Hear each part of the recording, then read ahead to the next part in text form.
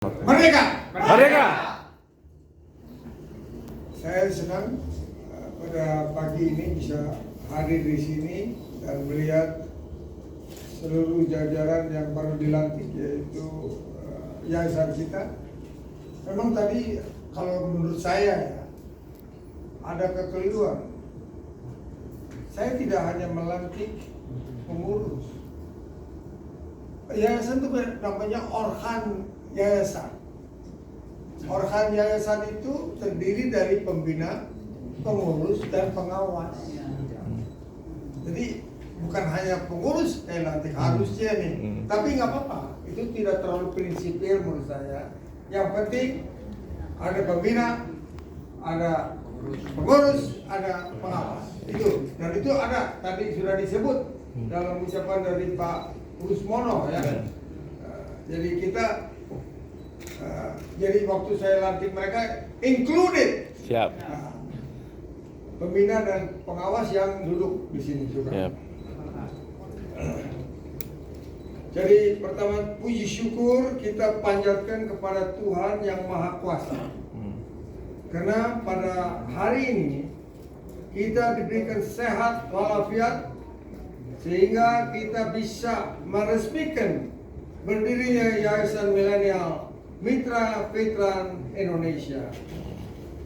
Yayasan yang bergerak di bidang sosial ini kita bentuk sebagai kepanjangan tangan LVRI dalam menjangkau peluang bisnis di luar sana, yang jauh dan yang tidak terjangkau oleh LVRI akan dijangkau oleh yayasan ini.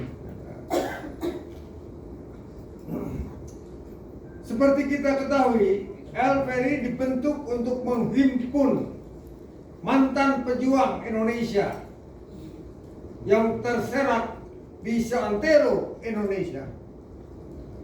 Mereka adalah orang-orang telah berjasa, berjuang, merebut, dan mempertahankan kemerdekaan Indonesia.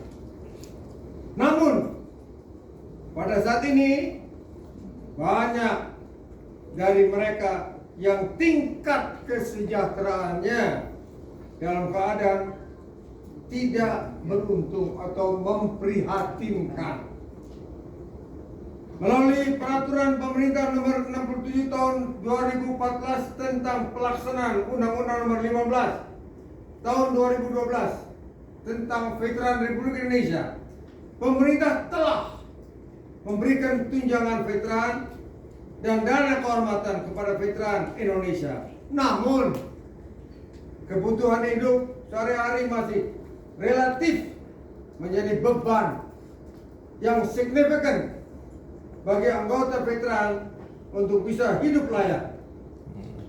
Banyak anggota veteran yang dulu gigih bertempur kini hidup dalam kekurangan di rumah yang tidak layak huni, rumah yang tidak sehat, kurang ventilasi, kurang penerangan, dan suasana yang kumuh.